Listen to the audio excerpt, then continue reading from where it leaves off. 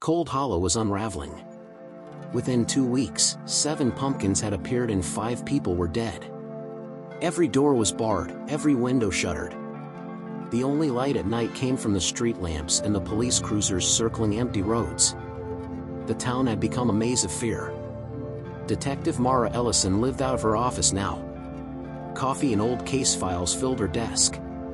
She moved through each day like someone walking through a dream she could not wake from. Sleep brought visions of pumpkins and numbers she couldn't understand. When she looked at the board on the wall, names, photos, locations, she saw something others did not. The pattern was closing in on the police station itself. She kept it to herself. The town needed stability more than truth. But truth had a way of forcing itself to the surface. On the morning of November 14th, a maintenance worker found a pumpkin on the station steps. It was larger than the rest, its surface smooth and shining as if polished. The number 8 was carved so deeply that light bled through the cracks. Inside was no candle, only a folded sheet of paper. 8 souls to the soil. The roots run deep.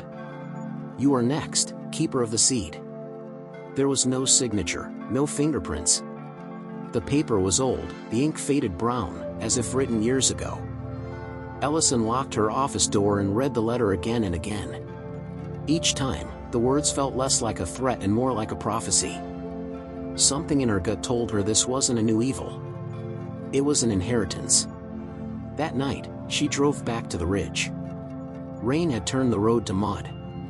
The barn stood in silhouette against a lightening sky, and for a moment she thought she saw a figure standing in its doorway, tall, still, watching. By the time she reached the hilltop, the figure was gone. Only the pumpkin remained, lit by a small flame inside. She approached slowly. The number 9 glowed through the mist. Behind it lay a pile of soil freshly turned. She knelt and brushed it away with her hands until she felt the wood beneath. A box. Inside was a collection of photographs, black and white portraits of men, some familiar, some unknown. The first was her father. On the back, in neat script, someone had written, "The first seed was his." She closed the box and backed away. The rain pounded harder. Every instinct told her to leave, but something held her there, the feeling that the truth was just beneath her feet, waiting to be dug up. When she finally returned to her car, the engine refused to start. She sat in the dark, listening to the rain against the roof. Then she saw it, a light moving through the trees behind her, steady, slow, as if carried by hand. A lantern. The figure walked to the edge of the clearing, paused, and tilted its head. She could see the mask now, rough wood, shaped into a smiling face. It raised a hand in a gesture almost gentle, then turned and disappeared into the forest. By the time backup arrived, there was nothing left. No footprints, no lantern, no pumpkin. Only the smell of varnish in the rain. Cold Hollow woke to another headline. Harvest stalks town. Police suspect ritual killer. Reporters called for interviews. The mayor called for calm. Detective Mara Ellison called for answers and received none.